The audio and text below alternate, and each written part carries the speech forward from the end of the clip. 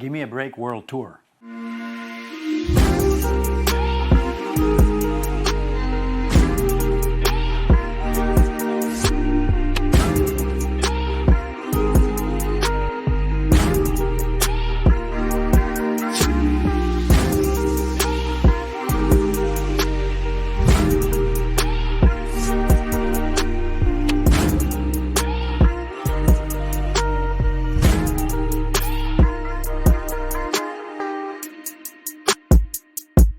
Bonjour tout le monde, bienvenue à mon podcast. Je vous présente Bruno Blanchet, que vous connaissez tous. Bonjour.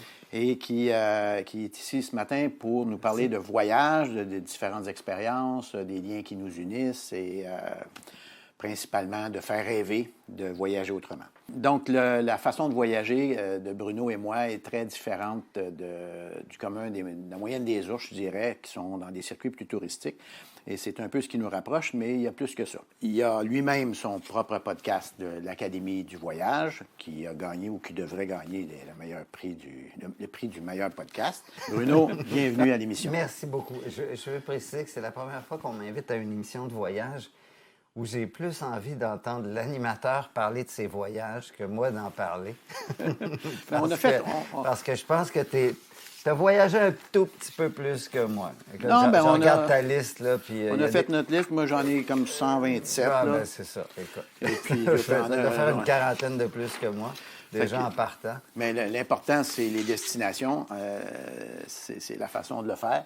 Et je pense qu'on a les mêmes affinités. Donc, aussi irrévérencieux que Bruno peut être dans des sketchs ou dans des affaires, c'est la personne la plus gentille et celle qui veut faire le moins de peine à personne tout le temps, même si ça ne paraît pas toujours. Il n'y a jamais de malice et je pense que c'est la clé de voûte de tous les voyages. Quand tu arrives dans une contrée que tu ne connais pas, bien, le respect des gens, le respect des cultures, le respect des religions, même si je suis athée, des religions, tout le monde a le droit de croire à ce qu'il veut, le respect des gens, le respect... alors, ça nous fait découvrir. La tolérance, c'est ce qui permet d'éviter des guerres, je pense, et qui nous permet de découvrir un peuple de façon différente. Et c'est ça dont on va parler ce matin. Et là, je ne voudrais pas, parce que là, on vient de parler qu'on a un nombre de pays qui est assez impressionnant qu'on a visité, mais précisons qu'on ne le fait pas pour cocher. Non. On ne le fait pas parce qu'on va avoir une liste, justement, puis se dire « Hey, je suis allé là, puis il n'y a personne qui est allé là. » À chaque fois qu'on va quelque part, je pense qu'on y va peut-être pour les bonnes raisons. Il y a beaucoup de gens, effectivement, qui font des crochets.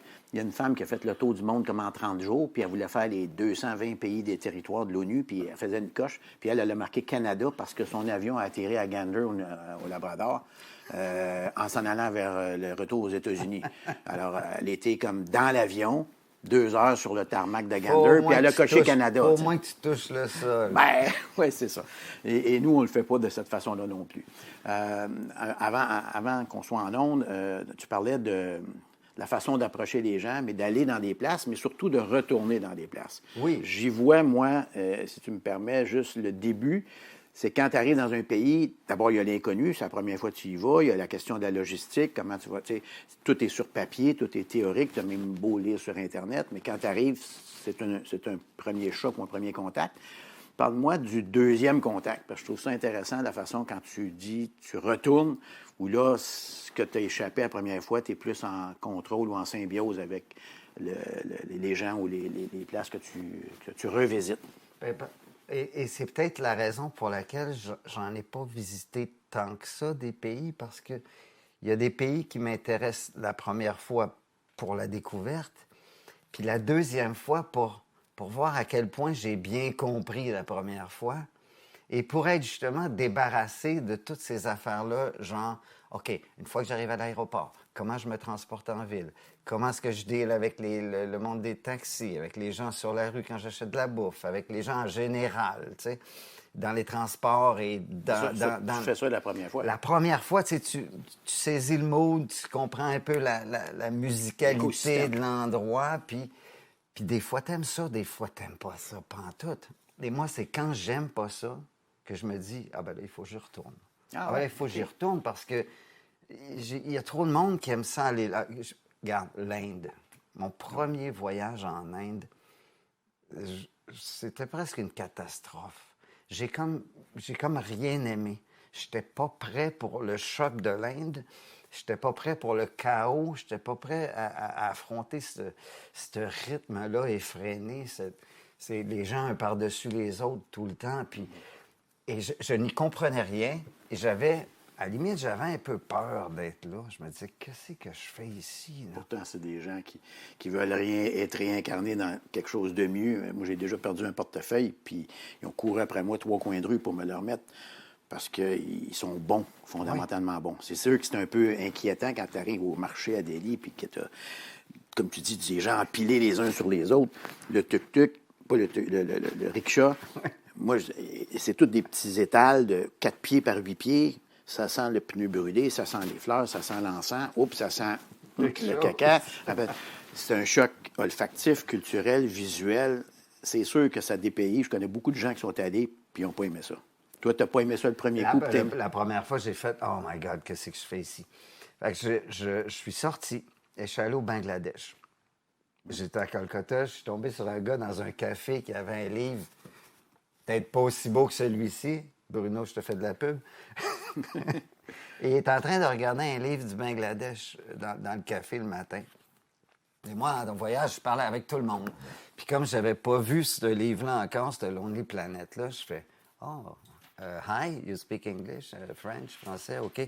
You have a book about Bangladesh. » J'ai dit « Vous avez des plans d'aller au Bangladesh? » Il dit « Ben oui, c'est pas loin d'ici, c'est facile d'avoir le visa. » Fait que je me mets à jaser avec lui. Puis je décide, il dit, je peux y aller avec toi? Ben oui, OK. Fait qu'on va à l'ambassade, on demande le visa. Le surlendemain, on est parti, on est au Bangladesh. Et là, je fais le plus beau voyage du monde au Bangladesh. Ça a été fabuleux. Qu'est-ce qui était différent du Bangladesh, de l'Inde, qui t'a pas agressé? Je le sais pas. C'est peut-être qu'à ce moment-là, bien, écoute, c'est sûr que c'est différent. On tombe dans une culture qui est fondamentalement musulmane. J'étais en plus dans le temps du Ishbishtema, je pense. Je cherche le nom. Un grand festival musulman auquel j'ai été convié. Et puis, il y avait une culture d'hospitalité que je connaissais pas, à laquelle je n'avais jamais été confronté. Je marchais sur la rue, tout le monde me disait « Hey, where are you from? Where are you from? » Là, je disais « Canada. » Puis là, il faisait « Yeah. » Puis là, il demandait à mon ami Alan « Alan, where are you from? » Puis là, il disait « England. » Et des fois, il faisait « Oh, OK. » Au bout de 2 jours, il disait « Canada. » Lui aussi. Est-ce que ça t'est arrivé? Moi, souvent, dans ces pays-là, tu dis Canada, ils répondent Canada Dry. Ils connaissent le ginger ale. Ah, ben oui. Canada, oui. Canada Dry. Ça les fait rire. Ou si tu es un peu comme une bedaine, Happy Buddha, là, tu te frottes la chose, prendre une photo avec toi parce que les autres sont plus sveltes, mettons. Alors c'est ça. Alors, c'est la deuxième passe, dans le fond. Ça te fait plus t'imbiber du lieu et des gens et de la culture, c'est ça? Et là, moi, je reviens du Bangladesh. Je me suis calmé les nerfs un petit peu. T'es revenu tout de suite après? Oui, je suis revenu du Bangladesh, je suis revenu en Inde. Et là, je suis revenu en me disant, OK. Un autre état d'esprit. Oui, là, il faut que j'adopte ce beat-là. Faut que je fasse comme eux. Faut que vraiment que je m'intègre, mais pas juste dans savoir comment faire, non. Dans l'attitude, dans le, tu sais, dans le... Ça bouge là-bas. Là. Il faut que tu sois dans la vibe, là, parce que sinon, là, tu restes en arrière. T'sais. Quand il y a une file, là, ben, si tu veux aller en avant, là, faut que tu perces le groupe. Là, ouais, c'est ça. Là, faut que tu passes ta main par-dessus comme ça. Tu considères que c'est une attitude que tu n'avais pas... c'était pas dans tes mœurs ou de pousser ou de t'imposer? Ben, j'avais pas compris que je pouvais le faire. Puis que moi, je suis pas quelqu'un qui deal beaucoup. Là. J'arrive dans des marchés, là, puis ils me disent, ben c'est 50 roupies. Puis là, je fais, OK. Puis là, tu vois, ils sont déçus. Parce que, tu pourrais négocier au moins. Là, comment? D'habitude, ça finit au tiers du prix. Ben oui, ou au 10e. Puis ça, c'est pas dans ma nature. Fait que je suis allé le chercher quelque part en dedans. Ce dynamisme-là de voyage, que des fois, je suis peut-être un peu trop spectateur. Et là, j'ai joué le jeu, j'ai embarqué. Et là, je te dirais que dans les destinations qui m'attirent le plus, quand je pense au voyage là, qui me manque énormément, là, ben, il y a l'Inde. Parce que l'Inde est à quelque part là-dedans. Tu sais, il y a des pays que tu vis ici, là, que, tu sais, tu es plein d'interrogations, puis ça génère bien du... au niveau... hamster, il roule. Oui. Mais l'Inde, c'est là. Faut que tu arrêtes de te poser des questions, là, puis go for it. Le fait que tu voyages seul, généralement, ou avec ton fils Boris, évidemment, c'est très différent des groupes, là. Et c'est ce que je pense, c'est l'avantage de voyager. Moi, souvent, je voyage avec mon backsack ou avec une personne, mais ça te permet de faire des rencontres et de rencontrer, d'intervenir sur le terrain en faisant un contact direct avec les gens. Moi, j'aime ça. Dès qu'il y a un eye contact, j'essaie de sortir un mot dans la langue ou de parler, etc. Il y a des pays, je vais t'amener en Antarctique, ou enfin des places où l'opposé de l'Inde, il n'y a pas beaucoup de gens au pied carré. Tu es allé, en fait, on s'est rencontrés pour les spectateurs. Je dois dire qu'on se connaît depuis, je sais pas, la frousse autour du monde, les premiers livres que tu as faits. Après ça, tu es allé en Thaïlande pour ton restaurant de poutine, puis tu as vu un peu là-bas. Puis moi, j'avais les restaurants frites alors. Ouais. Je smugglais de la poudre. En fait, de sauce à poutine. de poudre à poutine. De poudre à poutine. Et, ça, c'est dur à expliquer à la frontière. Ouais, c'est quoi ce gros sac de poudre? Gros sac de poudre brune. Puis après ça, on s'est rencontrés dans des lancements ou des choses comme ça, ou quand tu venais, je t'hébergeais. On n'a pas vraiment eu de grand contact ensemble. On n'a pas encore voyagé ensemble. On n'a pas encore voyagé ça, ensemble. Mais ça va venir, ça va venir. Bien sûr. J'ai encore beaucoup de destinations que je rêve, et puis c'est sur le même beat que toi, ça fait que ça peut connecter. Puis il y a des destinations, des fois, que nos amis ou nos conjoints ne veulent pas suivre. En Antarctique, à un moment donné, je raconte l'anecdote parce que c'était trop drôle. J'ai un ami qui s'appelle Bruno Rodi, que tu connais, qui est un des plus grands voyageurs de l'histoire. Il a fait les 7 sommets, les pôles à ski, tous les grands fleuves, tous les pays, toutes les terres submergées de la Terre. Et tu sais, juste pour en finir avec Bruno Rodi, tu sais ce qui s'est organisé à un moment donné? Un Tour de France. Oui. Il n'avait jamais fait de vélo de sa vie. Il est là! Salut, mon Bruno! Quelle belle surprise! Bruno Rodi, qui veut jamais sortir de sa tanière. Comment ça va? Merci, Bruno, d'être sorti de ta tanière pour moi ce matin. C'est ça, c'est parce qu'il me doit de l'argent, c'est pour ça. C'est non, fort. C'est bon, ça. Merci. Alors, Bruno et Bruno, les deux Bruno, un jour, puis là, on va les laisser le raconter, mais moi, je reçois un téléphone. Je suis à Montréal, je travaille, puis c'est comme un téléphone satellite qui griche. Puis j'entends « Allô, Santo, c'est Bruno, c'est Bruno. » Puis là, c'est Bruno. Puis là, j'en connais comme 3 Bruno, dont 2 sont ici aujourd'hui. Mais je suis pas certain c'est lequel. Fait que j'ai dit « Qui? Bruno Rodi? » Il dit « Oui, c'est avec Bruno Blanchet. » J'ai dit « Bruno Blanchet? T'es où? » Il dit « J'étais en Antarctique. » Puis là, ils sont sur une base en Antarctique, de mémoire avec russe, ou peut-être vous corrigerez là-dessus, avec un peu de vodka ou beaucoup de vodka, et ils ont décidé de me téléphoner parce qu'ils se sont rencontrés sur un bateau, puis il y avait moi en commun qui connaissais les deux, mais les autres ne se connaissaient pas. Alors là, j'étais un peu surpris qu'en Antarctique, un peu en état d'ébriété, mes 2 amis Bruno se retrouvent. Les chances que ça arrive sur une banquise à l'autre bout du monde, on va parler des hasards tantôt, Bruno, sont assez minces et c'était assez cocasse comme fait. Alors là, si j'ai bien compris, dans un ancien podcast, Bruno, tu avais dit que tu as osé peser sur le piton parce que tu avais une vie plus frugale, plus très économe, tu avais ta vie dans un sac vert, puis que tu avais pesé sur le piton pour un voyage de Ushuaia à Cap-Verde, je pense, ou quelque chose comme ça. Oui, en passant par l'Antarctique. En passant par l'Antarctique.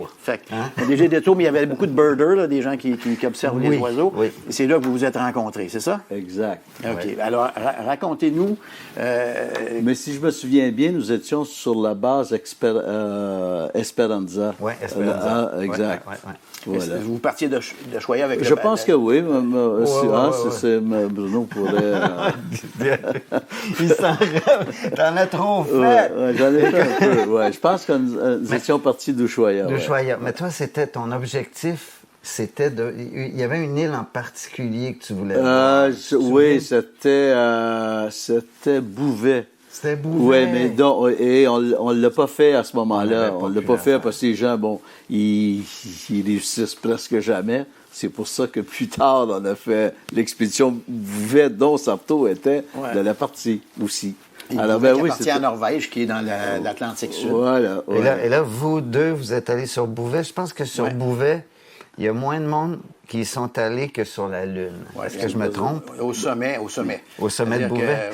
On n'a pas vu aucun astronaute dans Non, mais il y a 12 hommes qui sont allés sur la Lune, puis il y en a seulement 9, 8 plus Cindy, plus une femme, 9 personnes qui sont allées au sommet de l'île Bouvet, qui est le territoire outre-mer, en fait, le territoire le plus loin de la planète de quoi que ce soit d'autre.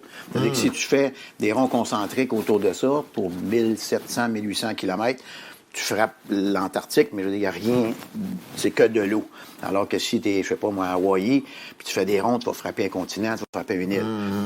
Théoriquement, c'est le territoire outre-mer le plus loin, le most remote place on Earth, inhabité. Habité, c'est Tristan da Cunha. Exact. Où vous êtes allés tous les deux, ensemble, mais pas moi. Ça fait que là, il faudrait qu'on en fasse un, peut-être les trois. Ben oui. Mais nous, on avait ça fait plaisir en passant de te voir. Ça fait plaisir. T'as pas changé beaucoup. Toi non plus. Moi, j'ai changé. T'as pas changé beaucoup.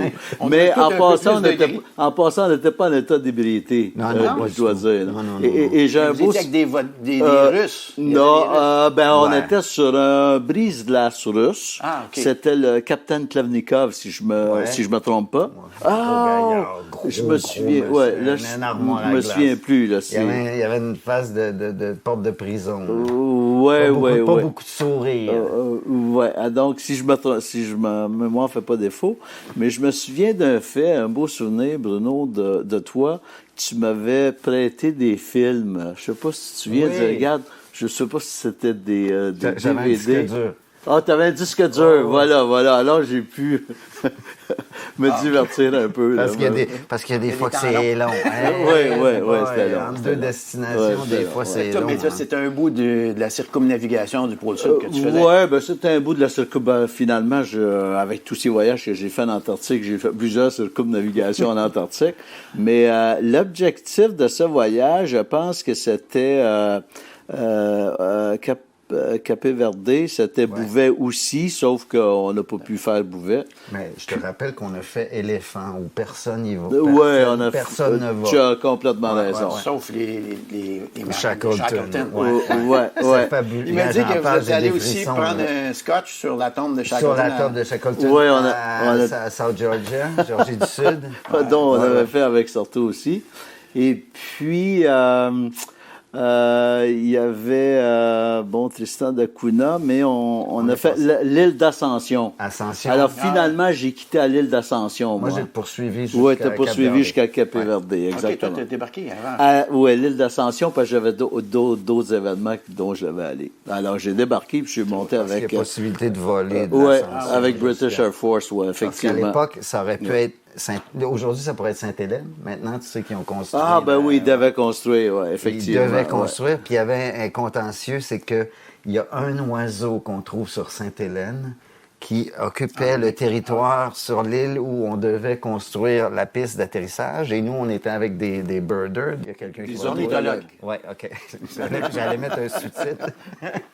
Et puis, on est descendu justement du camion à cet endroit-là précis où il devait y avoir la piste d'atterrissage. En ouvrant la porte, le fameux oiseau, l'espèce en démicrare était là. Juste là. Ils ont ouvert la porte, ils ont fait « Ah, il y en a un juste là. » Tu sais, des fois, tu as envie de les chercher. Je me souviens de cela, oui. Et puis, moi, ce que je me souviens, écoute, je te remercierai jamais assez.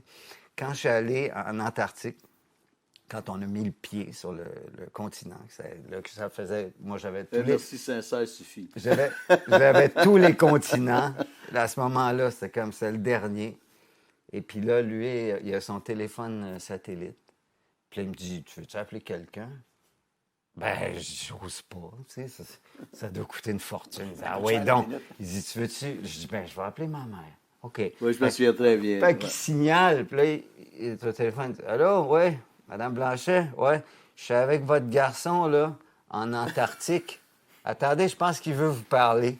Il me passe le téléphone. Là, je dis, allô, maman? Elle dit, oui, je suis en Antarctique. Elle part à pleurer. Oui, je me souviens. Elle dit, oh, puis tu m'appelles. Écoute, elle était tellement touchée. Ça, c'était le beau moment, Ah, je me c'était souviens. beau, là. Oui, là, c'est exactement comme ça s'est passé. Ouais, puis tu sais que on l'a filmé. Et je Je m'en souviens. Je l'ai retrouvé. C'est toi, tu m'as filmé pendant que je parlais au Ah, téléphone. oui, oui, Ouais. oui. Écoute, c'est tellement un beau moment. C'était une rencontre quand même. On était sans doute les deux seuls Expliquez-moi Québécois. comment vous était avez, les deux comment vous seuls, avez pu savoir que vous connaissiez le même Sarto? Oh, bah, je sais C'est pas. parce qu'ils sont nombreux, les sartos au Québec, tu sais.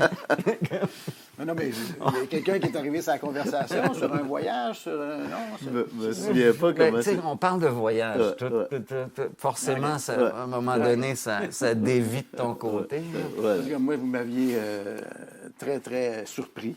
D'abord, que vous soyez tous les deux rendus à l'autre bout du monde en même temps, à la même place, puis que vous m'appeliez aussi. Moi, j'étais touché. Sauf que là, ça riait pas mal, puis je me disais, coudonc. C'était une belle rencontre. Quand même. Ouais, c'était une belle rencontre. Fait que voilà. Alors, c'était Bruno qui a aussi son livre. Il y a La frousse autour du monde, qui est le livre que vous pouvez acheter, que vous avez probablement en audiobook. Il y a Et si 4 vous- frousses autour du monde. Si vous achetez, je dois dire, en ce qui concerne mon livre, que tout va à la Société Alzheimer. Alors, Que quand tu as signé ça, tu t'en rappelais plus? quand j'ai signé ça, je m'en rappelais encore aujourd'hui. Je ne sais pas si je pourrais m'en rappeler. Puis moi, il y a longtemps, je faisais des carnets de voyage comme ça, la de même belle genre. Là. affaire, toi. Alors ça, c'est des carnets un Wow. peu des backwaters qu'on parlait en Inde. Là. Donc, je fais aussi des carnets de voyage qui ont du graphisme, un peu comme dans les beau, livres ça. de Bruno. Alors, je te remercie beaucoup, Bruno, de ta Ça- présence. Je sais que ton temps est compté, puis que tu fais une exception pour moi, parce que Ça j'ai m'a- insisté, puis que tu détestes les apparitions publiques. Bruno, ça m'a vraiment fait Moi plaisir. aussi, man. Bon, une surprise. Ah, Alors, c'est je te bon, ça. disais- Hey, merci. Hey, juste de le voir En vrai. En vrai. Depuis longtemps, c'est quand Ah, même... mais ça rassure. Il n'a pas changé. Il dit qu'il a changé, c'est pas vrai. là. Ben écoute, de savoir qu'on est encore là, c'est après tous ces voyages-là. qu'on Je te explore jure, encore. il a été rough, le voyage qu'on a fait. Il y a un moment donné, là, je sais pas si c'est dans la mer de Weddell aussi. Le bateau a penché à 23 degrés, ce qui commence à être pas mal. C'est pas mal, oui. Et puis, attends, c'est 23 ou 43? En tout cas, on a quasiment versé. 43, c'est beaucoup. Là. Tout le 20, monde, 23, là. tout le monde est tombé dans le bateau. Tout le monde est tombé d'un côté. Ceux qui se retenaient pas. Il y a une dame qui s'est fracturée une main. Il y a quelqu'un qui s'est fendu le front. Ouais, écoute, c'était rough. Quand on est allé à l'île Bouvet, C'était épeurant. on a eu des vagues là, où le bateau, c'était un 48 mètres. On avait des vagues d'à peu près 7 mètres, à peu près 22 pieds. Alors, 22 pieds, c'est le swell, c'est la hauteur de la vague, ce qui fait 44 entre la crête et le fond. Fait que quand le bateau lève, puis il tombe, c'est un peu comme si tu étais en apesanteur. Quand tu arrives dans le fond, tu t'écrases, tu pèses 2 fois ton poids à peu près. Là. Fait que quand tu es dans ton lit, des fois, on volait sur la fenêtre. En tout cas, ça brassait pas mal aussi. C'est quelque chose qui te fait peur, Par ça? bout. En fait, je te dirais pas que j'avais le mal de mer dans mon bain, là, mais quand je suis parti pour les Roaring 40s, Screaming 50s, là, les mers les plus agitées de la planète, ça m'inquiétait un peu, oui. J'avais des patchs de scopolamine, des gravoles, des affaires comme ça. Puis c'était 6-7 semaines en mer pour se rendre à Bouvet. Puis c'était Cape Horn à Cape Town, donc l'Afrique du Sud, l'Amérique du Sud à l'Afrique du Sud. Quel beau voyage. Dans les mers les plus agitées du monde. Alors, c'est sûr qu'il y a quelques journées là-dedans où tu restes couché puis tu as besoin de tes gravoles. Là. Puis ça te knock un petit peu. Mais sinon, passer dans un iceberg, passer puis arrêter à South Georgia, South puis Kerguelen ou Crozet ou Amsterdam, je ne me rappelle plus, Saint-Paul, je pense, les Peri-Antarctic Isles, ce qu'ils appellent, les îles Peri-Antarctiques. C'est une expédition extraordinaire que Bruno m'a permis de vivre. J'ai failli me joindre à vous autres. Ah oui? J'étais quelque part. Ah non, je me rappelle plus où tu m'avais écrit et tu m'avais dit hey, ça te tente-tu? Ça aurait été extraordinaire. Moi, c'était une question de temps. C'était long. Ouais, c'était long. Ben oui, j'avais bloqué, pas... Quand tu me dis t'en bloqué bloqué 6 semaines. Qui c'est qui peut bloquer 6-7 semaines? Ouais. Parce que là, il y a encore des impondérables. Puis là, il y avait un réservoir de plus parce que tu avais peut-être une chance sur 20 de voir Bouvet. Fait qu'il dit, moi, je veux débarquer sur Bouvet. Fait que si on tourne autour pendant 3 jours, ça prend un réservoir de plus de kérosène. Puis quand on est arrivé, gros soleil, belle journée. Puis la Norvège nous avait permis d'accoster, pas d'accoster, mais d'y aller avec des Zodiacs. Puis on avait des genres de Bear Grylls, là, des spécialistes en survie, parce que si on arrive sur l'île et on n'est plus capable de revenir, on va finir par se manger entre nous autres. Là. Fait que, alors, puis personne ne peut venir nous chercher. T'es tellement loin que personne ne peut venir te chercher. Fait qu'on n'avait pas le goût d'être une note de bas de page dans un livre d'histoire. Là. Et là, rendu sur l'île, ben, il y avait une crête de glace. Puis moi, j'ai créé une crevasse en descendant du sommet, parce que l'ascension du sommet était permise aussi. Alors, on a dit, on va l'essayer parce qu'il y a une fenêtre. Puis là, tu montes pendant 7-8 heures, puis tu redescends pendant 7-8 heures. Puis je me suis enfoncé en marchant. J'étais le premier de cordée. Puis je suis tombé, puis j'ai mis mes bras comme ça, puis j'ai créé un trou, mais j'avais mes pattes dans le vide. Alors là, j'ai dit « everybody down ». Ils ont pris des high screws, là, des vis à neige, puis les 5 en arrière, ils se sont attachés, puis là, ça a ouvert. Comme dans un cartoon. Comme dans un cartoon, puis tout s'affaissait. Fait que ça créait une crevasse. Puis là, j'ai des photos, des vidéos de ça qui ont passé même sur Discovery Channel, là. Parce qu'il n'y a personne qui n'a jamais été au sommet. Donc, on était les premiers humains. Dans un trou au sommet. Ben, Numéro 1. Ouais. Ben, en fait, j'ai créé une crevasse. Mais là, si ça ouvrait plus grand, puis que ça ramenait les 4 autres qui étaient en arrière de moi, ben là, c'était fini. Ouais. Puis je te montrerai les photos, les vidéos. C'est assez hallucinant. Puis finalement, il y avait un ice bridge. On a réussi Ils m'ont donné de la corde, puis j'ai sorti du trou, puis ça a arrêté juste à côté d'où j'étais. Fait qu'on était capable de faire le contour. Mais quand on est revenu sur le bateau, on avait quelque chose à raconter. Ben, c'est pas juste ça. Après, tu reviens sur le bateau, puis tu te dis, ben, il n'y a plus rien à craindre. Là. La pire chose en fait, aurait pu je ne m'arriver. craignais rien. Moi, le gars, on était dans la brume un peu. Fait que le gars qui a fait l'Everest, il était le deuxième. Moi, j'étais le premier. Puis 5 mètres de corde. Puis il me disait, la corde était rose, puis on la voyait dans la brume. Mais je ne le voyais pas. Je voyais juste comme la corde qui disparaissait parce qu'il y avait beaucoup de brume. Puis il me tirait la corde, il disait, OK, va-t'en 5 degrés à droite, parce que lui, il avait un GPS. Puis moi, j'allais un peu à l'aveugle. Puis à un moment donné, chou, quand je disparais. Mais pourquoi est-ce que tu étais premier de cordée? Ben, peut-être si c'était lui, puis que lui, c'est l'expert.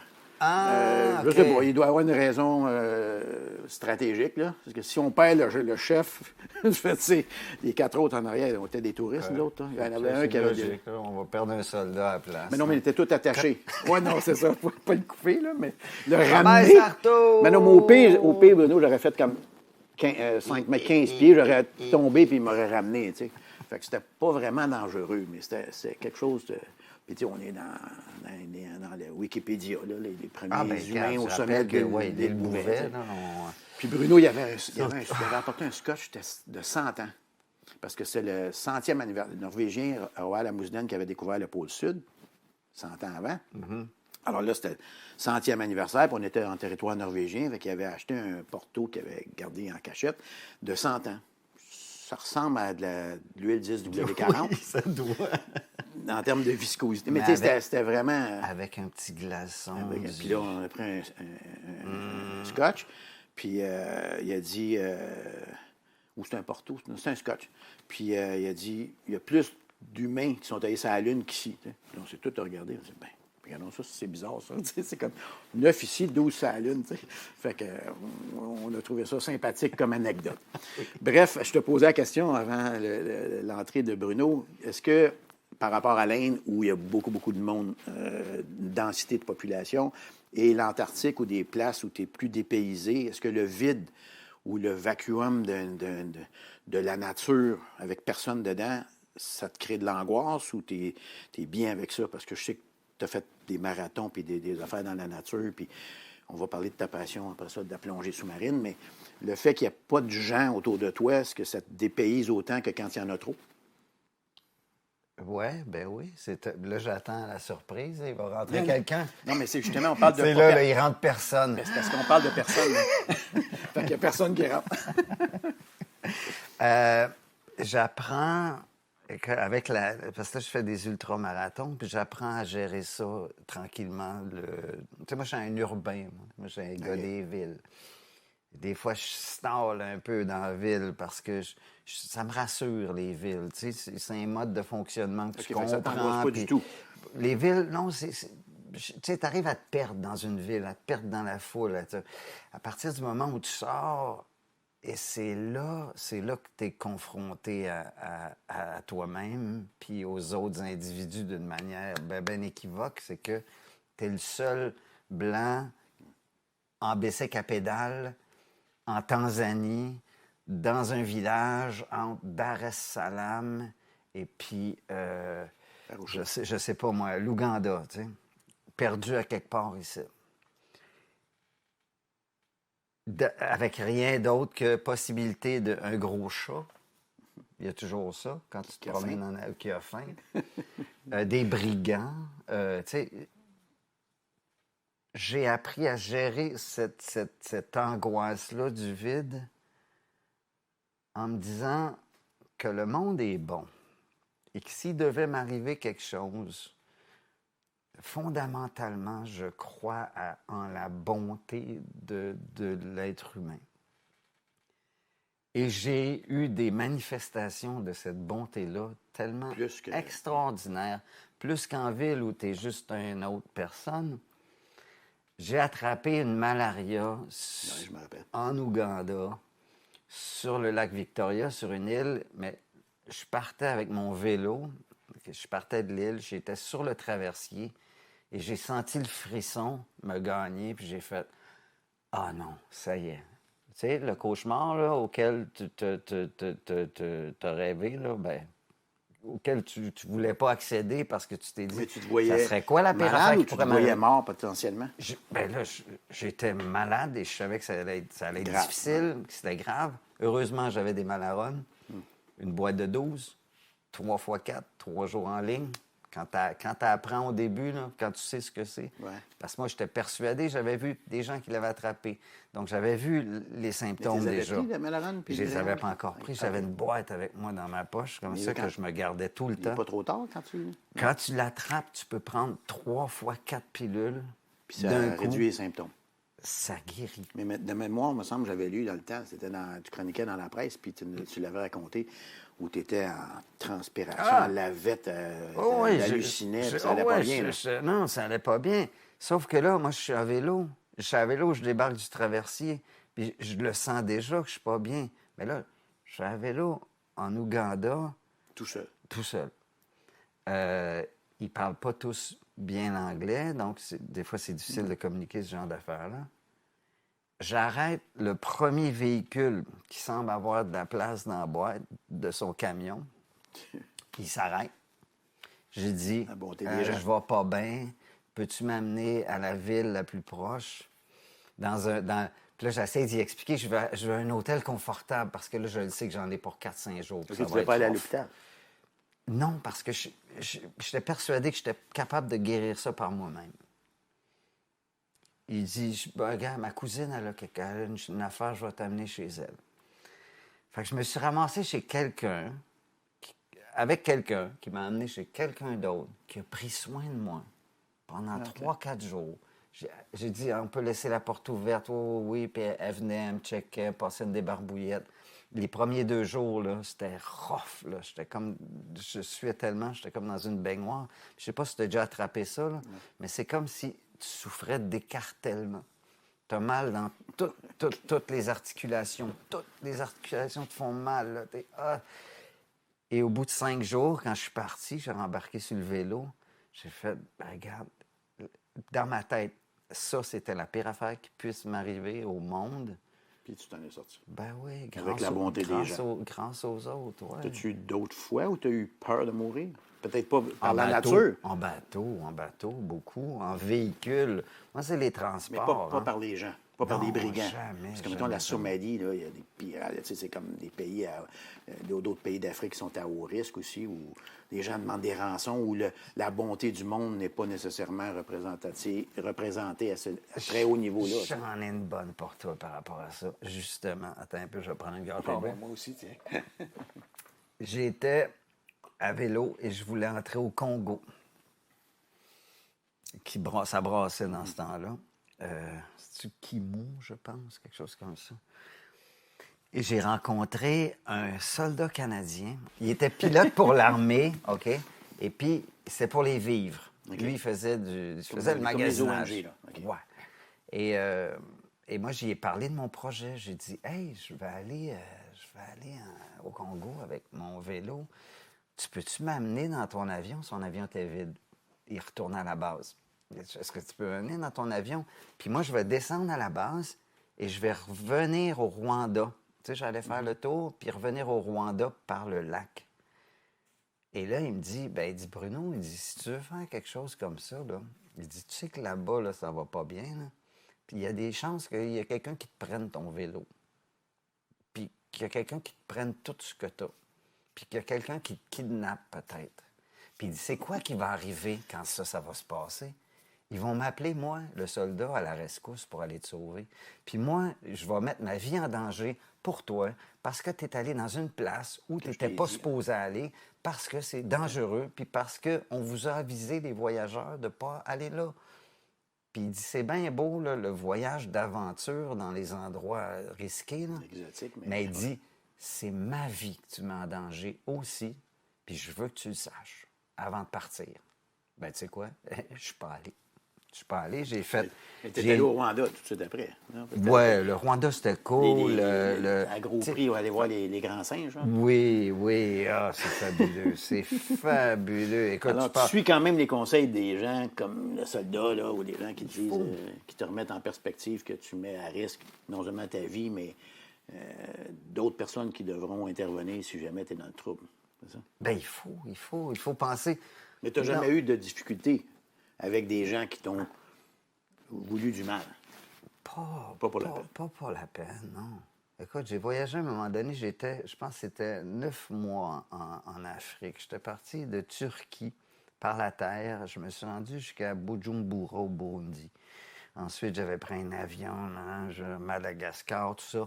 Je reviens en Thaïlande. Il ne m'est rien arrivé pendant ces 9 mois-là que j'ai fait en bicycle, à pied, en tracteur, des bouts.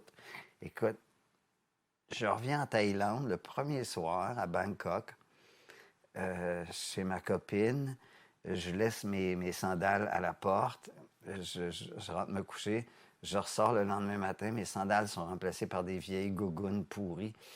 Quelqu'un m'avait pris mes sandales. Ça faisait 9 mois que j'étais en Afrique à voyager, à rien perdre, à rien me faire voler, à rien me... Puis là, je reviens dans un milieu je suis un peu chez nous, ouais. Puis dans mon building, dans mon corridor, il y a quelqu'un qui me prend mes sandales. J'ai fait, wow, OK. Je ne sais pas quelle leçon il y a à tirer de ça. On parle pas de danger, là, mais on parle quand même de, bon, tu sais, il y a qu'une affaire plate qui m'est arrivée. Puis pourquoi ça m'est pas arrivé avant? Ben, je ne sais pas. C'est peut-être de la chance aussi. Qu'est-ce qu'il y a dans ta valise, Bruno? Il y a... Quand tu pars, voyage léger, je souhaite toujours partir avec moins de 10 kilos. Idéalement 7, parce que c'est le bagage pour la soute idéale. Puis parce que j'aime ça, arriver dans un aéroport, puis me dire, OK, il y a 4 kilomètres d'ici à la ville, je vais marcher.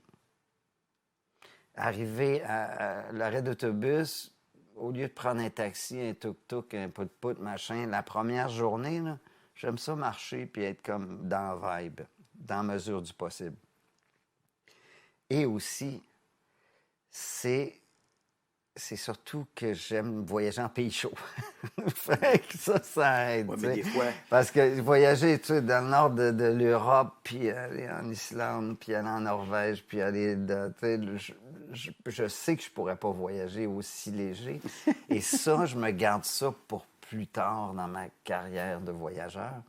Mais pour le moment, j'aime encore partir avec un sac qui donne l'impression que tu viens de quitter l'hôtel, ça fait longtemps que tu es arrivé, t'as pas l'air de quelqu'un qui est chargé comme un mulet, puis qui avec ses drapeaux du Canada sur le truc, puis tu fais « Ah, la cible! » Tu sais, je veux pas être une cible. Malgré que je crois en la bonté des gens. Tu veux être caméléon, tu veux être... je sais très bien qu'il y en a qui cherchent juste à mettre la main dans ta poche puis à te faire un transport qui va te coûter 100$ au lieu de 8$. Ouais, c'est ça. Mais des fois, OK, puis ça, je tiens à le dire, des fois, on exagère un petit peu quand on négocie. Moi, j'ai vu du monde négocier là, des 2,5$ pour 1,25$. Tu fais, OK, à un moment donné, tu oublies que hey, ça coûtait 20 000 kips, je l'ai eu pour 10 000 kips. Ouais, mais 20 000 kips, là, c'est pas 20 000 piastres, c'est 2 piastres, peut-être. Tu sais. Ouais. Mais ils là, disent parfois que certains pays, au Maghreb ou enfin dans des souks ou un peu partout, que ça fait partie des mœurs de négocier. Moi, mon plaisir personnel, c'est de réussir à réduire à 33% du prix demandé. OK. Alors, c'est un sport c'est rare, oui, mais c'est un plaisir. OK. Et quand je me fais arnaquer, j'ai un grand respect pour l'autre personne, mais au final, une fois que j'ai eu ce que je voulais, souvent, je vais donner comme le double en pourboire. Merci. C'est comme... Alors, parce qu'effectivement, quand tu relativises, où c'est qu'on était, je pense, à Sapa, dans le nord du Vietnam, le lunch coûte 5$, puis la bouteille de vin coûte 12$. Tu sais. J'étais avec mon ami Denis Bouchard, puis Denis dit hey, « ça n'a pas de bon sens, 12$, bien trop cher. » Écoute, tu viendrais à Montréal, prendre un verre de vin, ça te coûterait ça. Tu sais. Là, tu as la bouteille au complet dans un bon restaurant, un vin italien importé. Tu sais, c'est comme... C'est juste 12$. Tu sais, si tu relativises par rapport à ça. C'est ça, on Mais perd la perspective. J'aimerais ça t'amener... je sais que tu aimes moins les pays froids. Moi, je voyage assez léger. En blague, je dis tout le temps, je voyage, je peux partir 1 mois et demi avec un Ziploc format congélateur. Là. J'ai jamais vraiment grand-chose. Un mini tube de pâte à dents que j'achète au fur et à mesure, un T-shirt, 2 T-shirts qu'on met 3 fois, on les lave. Parce qu'on oublie avant de partir que les gens là-bas aussi se brossent les dents, puis ils se lavent, puis ils ont du shampoing, puis Oui, c'est ça. Hey, je te jure, la première fois que je suis parti, là, après 18 ans au Québec à élever mon garçon, à 40 ans quand je suis parti, j'avais des doubles de tout. Des doubles? Des doubles de tout.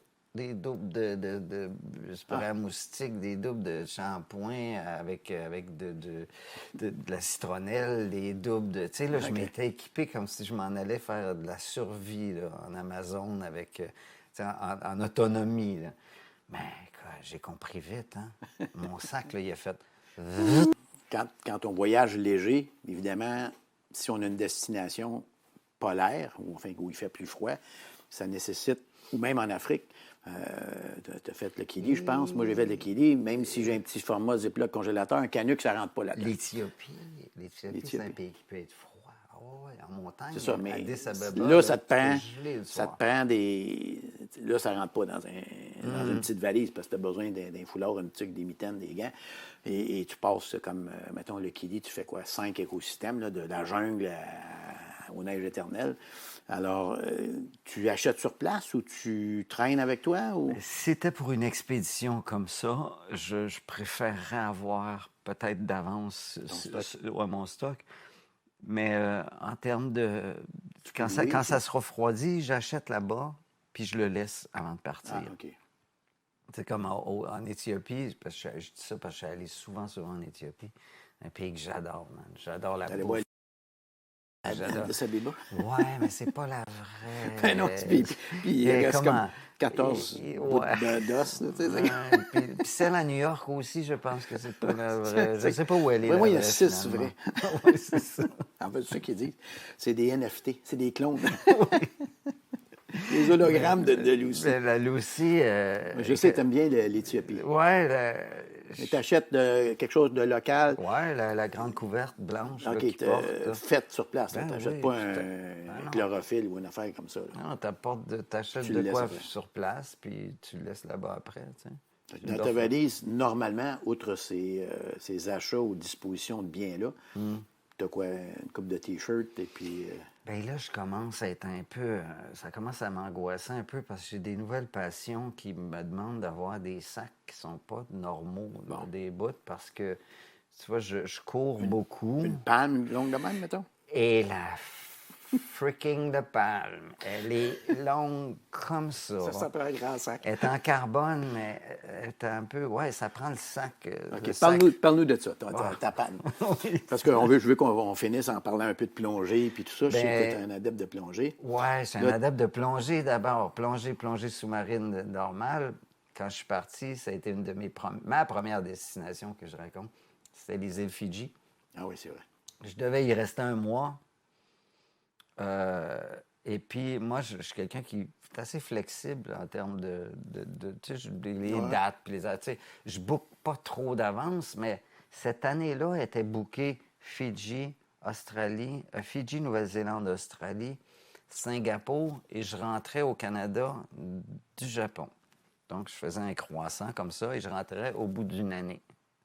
Écoute, je me suis rendu jusqu'en Chine. Je ne me suis jamais rendu de l'autre côté. Tout ça pour dire que mes 2 mois supposés au Fidji ou 1 mois sont devenus 6 mois. Parce que j'ai découvert la plongée.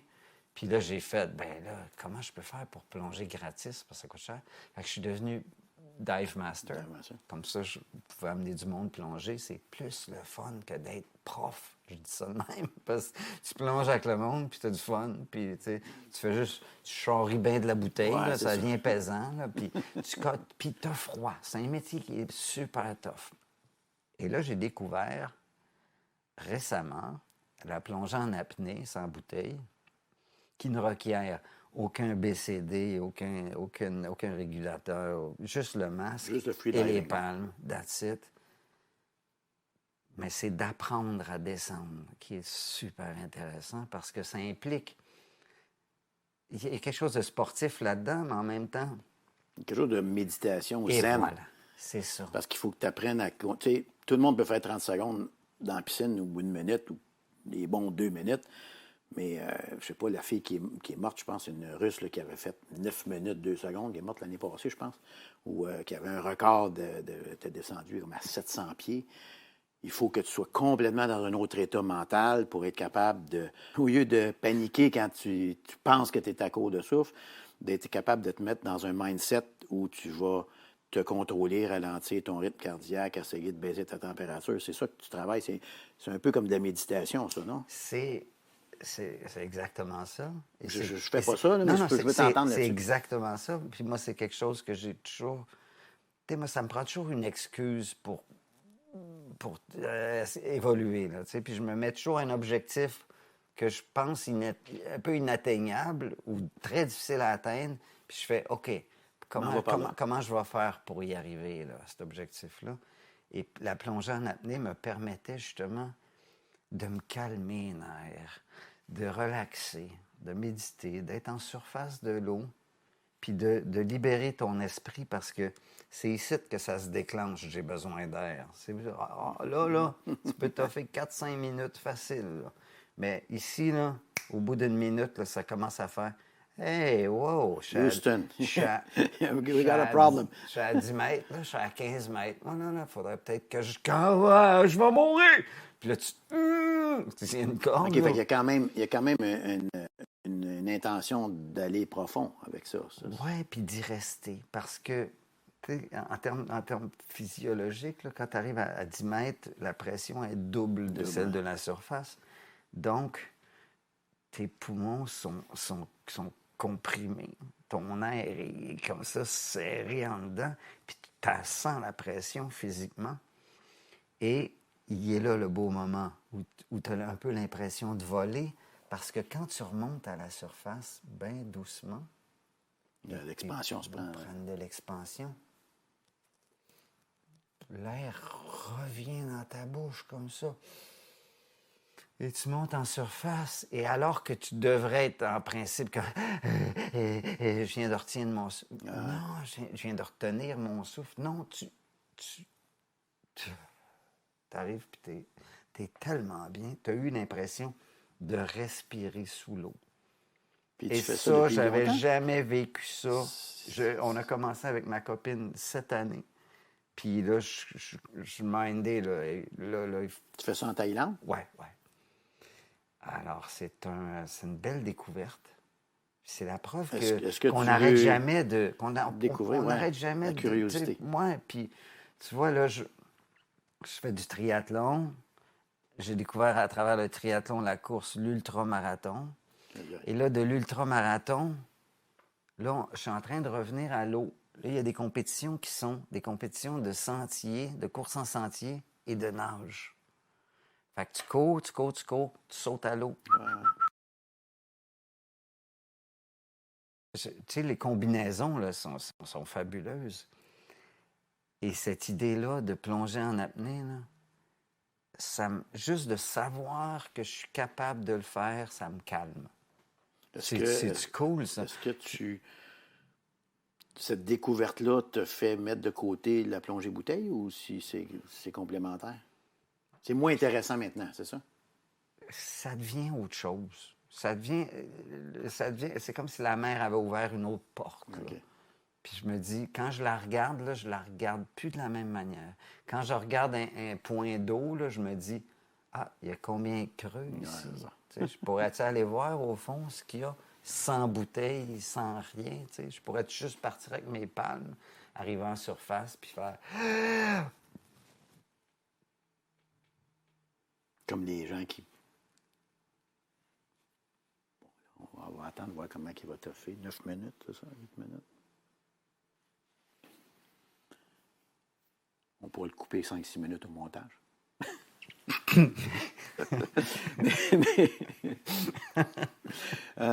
Les plongées bouteilles, parce que moi je fais de la plongée bouteille aussi, Advanced Nitrox puis tout ça. Les plongées bouteilles. Tu as fait du Nitrox? Oui.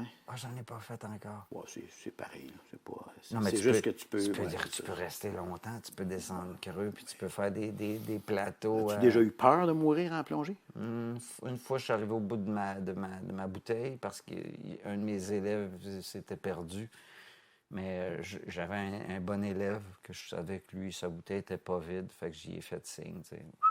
T'as pris son Okay. S'il te plaît, peux-tu partager ton air? Parce que là, ça goûte le métal quand tu arrives vers le fond de ta bouteille. Ouais, c'est ça. Et psychologiquement, c'est weird. C'est weird. Puis moi, j'avais été averti. Si jamais tu arrives au bouteille, tu vois, ça commence à goûter le métal. Puis là dans ta tête, ça spin. Là. Puis il en reste quasiment plus. Puis t'es comme ça. Sous l'eau, c'est jamais rassurant. Tu as le bruit du régulateur. Tu es un bon bruiteur. Dis-moi, la plus belle plongée que tu as faite dans ta vie, c'est... Toi, c'est quoi? Moi, c'est à Rangiroa, en Polynésie française. Il y a une passe.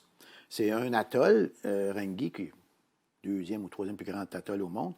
Et il y a 2 passes, puis c'est comme 20 km de diamètre. Fait que tu as la bande de terrain, puis il y a 2 endroits, ou un endroit particulier qui s'appelle la Tiputa Pass, où l'eau de la mer rentre avec les marées, puis ressort. Alors, dans cette passe-là, qui a peut-être 800 mètres de long, le courant le matin et le soir, c'est hallucinant. Puis il y a des requins, des tortues, il y a des dauphins, il y a absolument tout ce que tu peux imaginer. Tu descends, il t'amène en Zodiac à l'extérieur de l'atoll et à l'extérieur de la passe. Et tu descends 30, 40, 50 pieds et tu rentres dans l'atoll, dans la passe. Et là, tu rentres debout. Puis quand tu rentres dans le courant, c'est comme si tu étais dans une hausse de pompier. Tu es projeté jusqu'à temps que l'eau arrive dans l'atoll. Et là, quand ça arrive dans l'atoll, évidemment, ça se diffuse sur la grandeur du lagon. Et là, ça ralentit, puis tu ressors de l'autre côté. Mais la passe que tu fais avec tous ces animaux-là, c'est hallucinant.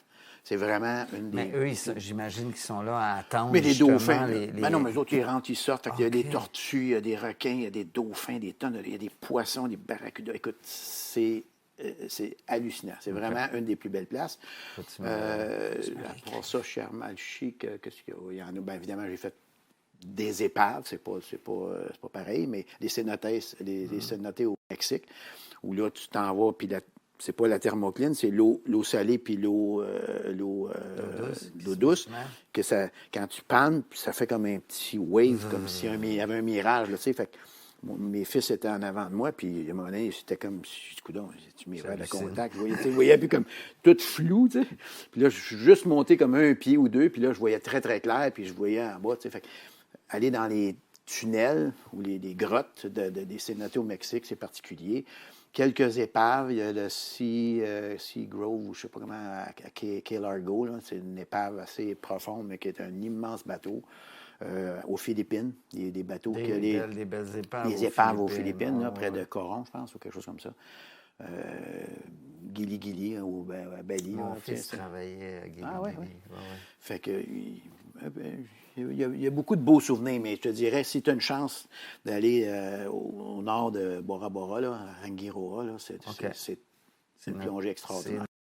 Excellent. Toi? Moi, c'était au Fidji. C'était Fidji. le Great White Wall. Il est dans le détroit de Somo, dans le Rainbow Reef. En français, j'imagine le corail arc-en-ciel. et puis, ce fameux Rainbow Reef-là, c'est du soft coral. Yeah. C'est pas menacé comme le Great Barrier Reef, non? Je le sais pas dans quel état il est présentement. Je souhaite qu'il est encore en vie autant qu'il l'était il y a 15 ans. C'est fabuleux. C'est assez fabuleux. Puis le fameux mur blanc, c'est que tu pars à 7 mètres, tu descends dans un tunnel jusqu'à 27 mètres. Là, tu continues jusqu'à 30.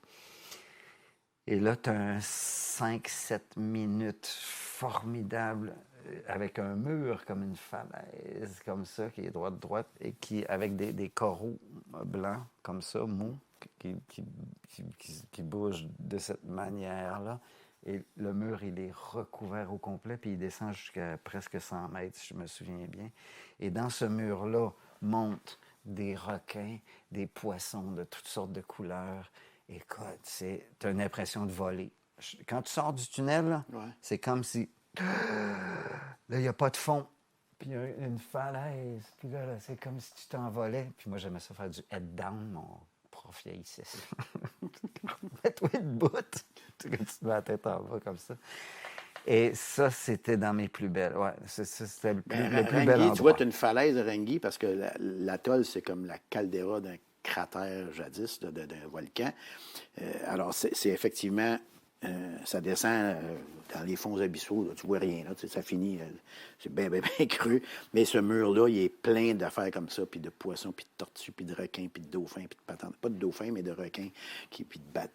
Tu as fait le Blue Hole au Belize? Non. Le Blue Hole, ben, c'est comme un cylindre. C'est assez particulier aussi. Oui. C'est plus photogénique et plus beau des airs, je te dirais, que dedans. C'est souvent le cas on se fait tromper un peu là, à cause des drones. Désolé pour le Belize. Ouais.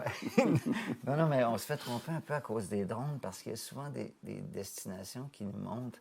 Puis là, on fait « Wow, c'est fabuleux! » Mais là, tu réfléchis et tu fais « OK, mais si j'étais là, je ne verrais pas tout ça. » là, tu sais. Puis j'ai une vue qui est obstruée par des arbres ou par des... Fait que, tu sais, le sentiment d'être là, c'est pas le sentiment d'être ici. Fait que, moi, j'en prends puis j'en laisse. Et il y a souvent des moments où je dois aller dans une place et je vais même pas voir les photos. J'essaie de me garder ça là, le plus inconnu possible. Une fois sur place, une fois que je l'aurai vécu, j'irai voir ce que les autres en ont fait, à moins que ça soit pour un tournage. On s'entend que là, tu prends des idées à gauche et à droite. Là. Mais moi, en tout cas, je dis arrêtez d'essayer de tout savoir sur la place où vous allez. Le plus important, comment je vais me diriger de l'aéroport jusqu'à mon premier hôtel, auberge, R&B, whatever. Et après ça, go. Go with the flow. Tu sais, une fois que tu as posé ton sac une première fois, OK, on va marcher, on va apprendre la ville, on va apprendre... La découverte, la partie découverte. Le fun commence. Mais ça prend du temps. Puis c'est là que je conseille au monde de se regrouper des vacances puis de faire en sorte que ça dure plus que 2 semaines. Oui, c'est ça. Décrocher parce que on a des statistiques, semble-t-il, que si on ne quitte pas 21 jours francs, c'est pas vraiment des vacances. On fait, c'est des vacances, mais c'est pas, ça nous permet pas, parce que la première semaine, on a-tu fermé le courant, fermé les entrées d'eau, puis quand tu reviens, OK, il faut que je paye le loyer, l'hypothèque, etc. Donc, pour avoir un affranchissement du rat race ou de ce qu'on vit dans la vie d'aujourd'hui, ça prend 21 jours francs. Puis les gens qui disent qu'ils ne peuvent pas se le permettre, permettez-vous-le, la Terre continue de tourner, puis quand vous allez revenir, vous pensiez que vous étiez irremplaçable, tout va bien aller, ne vous inquiétez pas.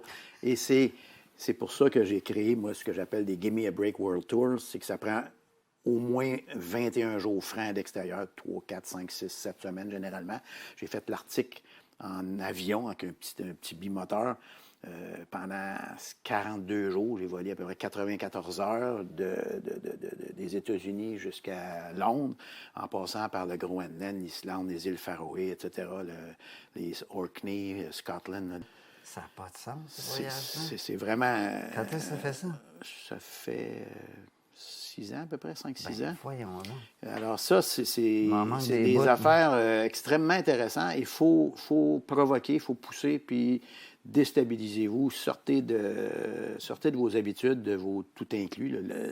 Il n'y a pas juste les tout inclus. Je n'ai rien contre les tout inclus quand vous voulez faire une pause d'une semaine, mais c'est pas la façon qu'on voyage. Ah, j'ai eu du fun dans des tout inclus. Hein. Oui, mais... j'ai pris des breaks dans des tout inclus. Ben, exact. Fait que si tu regardes, par exemple, des photos de drones, on parlait de plongée, les Maldives, j'arrive des Maldives. Il y a 2 façons de voir les Maldives. Il y a la façon touristique dans des tout inclus, all-inclusive, qui coûtent la peau des fesses, ou chez l'habitant, dans certaines îles que maintenant le gouvernement permet de faire. Et moi, je préfère ça. Depuis 2015, je pense. Tu peux aller chez l'habitant. Chez l'habitant. Faut dire vite, mais là, tu peux avoir un rythme où tu arrives, puis sur la plage, c'est pas des touristes qui sont là en mode, tu sais, qui ont 10 jours, puis ils reviennent, là, parce que ça coûte cher, puis ils n'ont pas de temps. C'est des gens qui vont faire de la méditation, tu vas avoir des gens qui vont faire des grandes marches, tout est slow pace, tout est ralenti, et ça te permet de, je pense, en tout cas, ça te permet de faire une introspection, puis là, tu réfléchis plus. C'est comme quand tu dis que tu es en Inde, puis tu peux penser à toutes sortes d'affaires en étant tout seul, même dans une foule. Tout seul, sans foule, c'est encore plus facile, je pense, pour moi, en tout cas. Mais quand tu dis slow pace, là, est-ce que... C'est parce que là, les gens essaient souvent de mettre une étiquette là, sur ce qu'on fait. Là. Est-ce que tu considérais que le type de voyage qu'on fait, c'est du slow travel? C'est ça qu'on appelle? C'est la grosse mode, là. C'est la tendance. Là, j'arrive du Sri Lanka. Bien, le Sri Lanka, c'est pas un grand pays. Puis, je m'étais trouvé un chauffeur privé pour pouvoir faire le tour. Puis, j'étais là 12-15 jours pour voir ce que j'avais à voir d'essentiel. Parce que, mettons, je veux retourner. C'était comme pour comprendre le pays, comprendre l'écosystème, etc. Ça faisait plus style... j'ai juste 2 semaines de vacances, il faut que je parte, alors que j'ai été parti des semaines et des semaines. C'était juste comme ça que j'avais planifié mon voyage. Mais la tendance lourde est d'arriver dans un endroit de la destination et d'y aller, tu sais, comme ceux qui louent des maisons en Toscane, puis ils font juste des petites boucles, puis ils font du vélo, puis ils vont voir un vignoble, puis un soir, ils font rien, puis ils vont dans le petit village, puis ils s'imbibent du lieu, sans pression, sans délai, sans agenda, sans horaire. Et ça te permet, je pense, de voir ou de comprendre un petit écosystème dans cet endroit-là. Mais si tu fais ça dans le nord de l'Italie, bien, tu vas avoir des escalopes de veau, tu vas avoir des pâtes. Tu vas en avoir dans le sud d'Italie, mais c'est complètement autre chose. Là. Tu vas avoir méditerranéen, de l'huile d'olive, des poissons, des grillades. C'est comme le nord de l'Inde. Le nord de l'Inde, les femmes sont absolument réduites dans leurs droits. Ils ne vont pas à l'université. Ils vont pas, le taux d'érudition dans le nord de l'Inde est 30 % de ce qui est dans le sud. Tu arrives à Bangalore, les femmes, société matriarcale où la femme est respectée, ils sont toutes à l'université. C'est complètement différent. C'est quand tu disais que tu avais fait ton crochet, je pense qu'on était hors d'onde, mais de Madras, je pense, jusqu'au backwaters de Cochin ou dans le Kerala. C'est un endroit, moi, que j'ai adoré. Est-ce que tu as préféré le Calcutta puis côté nord? Moi, je suis Calcutta. Plus Calcutta. J'adore cette ville-là, puis cette région-là. Là, je sais pas pourquoi. Il y a des régions, il y a des endroits qui te parlent un peu plus. Là. Mais la façon de voyager, justement, qu'on se disait, c'est pas comme la dame qui atterrit à Gander puis qui dit qu'elle est allée au Canada. Non, mais elle a fait un crochet. Écoute, j'ai suivi son circuit, là. Puis elle, c'était comme une course folle. C'était comme pouvoir dire que j'ai un record ou je suis dans un checklist d'avoir vu un paquet d'affaires. C'est pas ça que... C'est le Danemark continental, puis les îles Faroé qui sont extraordinaires, mais qui sont remote un peu, puis le Groenland. Des fois, tu arrives, c'est tout au Danemark, mais Groenland a son drapeau, mais ils ont la couronne danoise. C'est comme la Polynésie française, ils ont leur monnaie, mais ils votent aux élections présidentielles en France. Fait que, faire des États dans les États, des territoires outre-mer, là, les Tom et les anciens Dom, là, je trouve ça assez fascinant parce que tu arrives... Et puis c'est là, des fois, que tu fais... je t'ai entendu dans un podcast, des hasards les plus incongrus ou improbables que tu avais raconté. Tu étais au Kenya, tu as rencontré Pierre ou je ne sais pas qui du plateau. Moi, j'étais à Kulusuk, sur la côte est, avec mon petit avion. On a atterri à Kulusuk. Et il y a 200 personnes. C'est tous des locaux inuits ou enfin des gens qui sont plus ou moins blancs comme nous autres. Puis j'ai une fille qui passe avec deux sacs.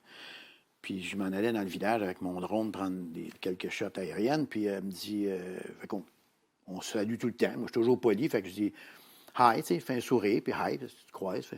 Elle me dit hi. Fait que comme elle est blanche, puis je suis blanc, on se regarde un peu en marchant. Ben, je dis, where are you from? Elle me dit Canada. Je dis, oh, yeah, Canada, me too, tu sais. Fait que, where in Canada? Elle dit Québec. Là, je dis, where in Québec? Elle dit Montréal. Where in Montréal? Plateau Mont-Royal. C'est ma voisine. C'est comme. Écoute, elle est comme sur la même rue, là. Non. Et elle dit, moi, ça fait 6 mois que je fais du kayak dans les icebergs. Puis je prends des groupes d'aventures français ou européens qui s'en viennent, puis je les pilote en camping, puis on fait du kayak entre les icebergs.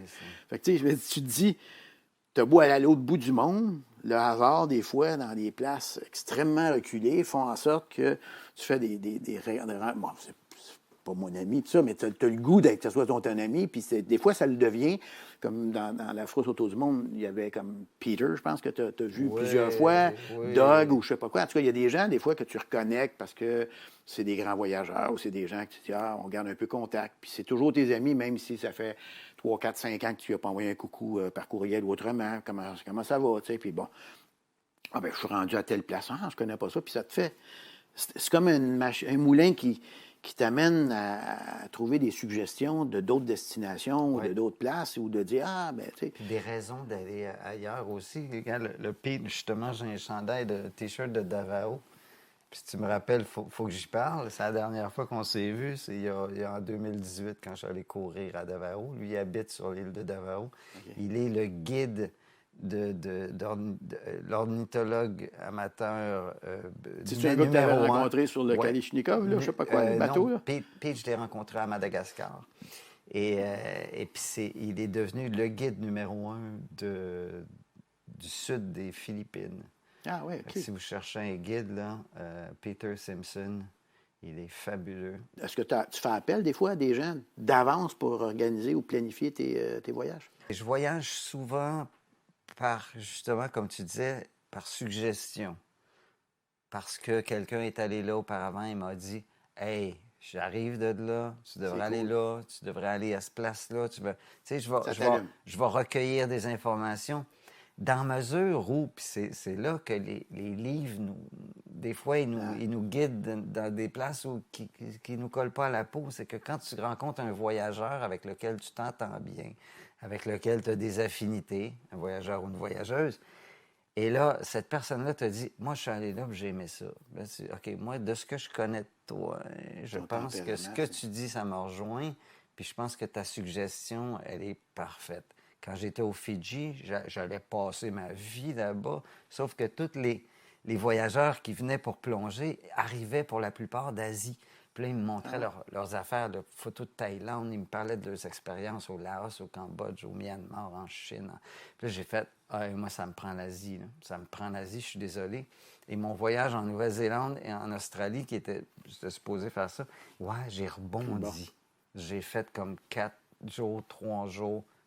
J'ai tracé sur l'Asie et ces gens-là qui m'avaient parlé de ces destinations-là, qui semblaient me rejoindre, il n'y avait pas tort, j'avais pas tort, parce que désormais, si on me disait, ben, il faut que tu choisisses une place où vivre dans la vie, j'aime l'Asie. bien, autre que la maison, là, ben, c'est clair que c'est l'Asie. Moi, j'aimerais ça te proposer quelque chose, Sarto, parce que, écoute, j'aimerais tellement entendre parler de tes voyages, et je suis sûr que je suis pas le seul. Moi, tu me le dis si tu es à l'aise avec ça. Moi, j'aimerais ça revenir un peu plus tard pour ton podcast, mais c'est moi qui poserai les questions. Ça te tente-tu? Ben oui, ça me tente. Hein? Ça me tente, mais l'idée, c'est de donner le goût aux gens de voyager. Bon, Fait ben, que ce soit d'un garde. bord ou de l'autre, Bon, ben, parfait. ça pourrait être, OK. ça pourrait être une alternative, effectivement. Là, tu vas serrer la main devant témoin. Un deal, un deal. Merci.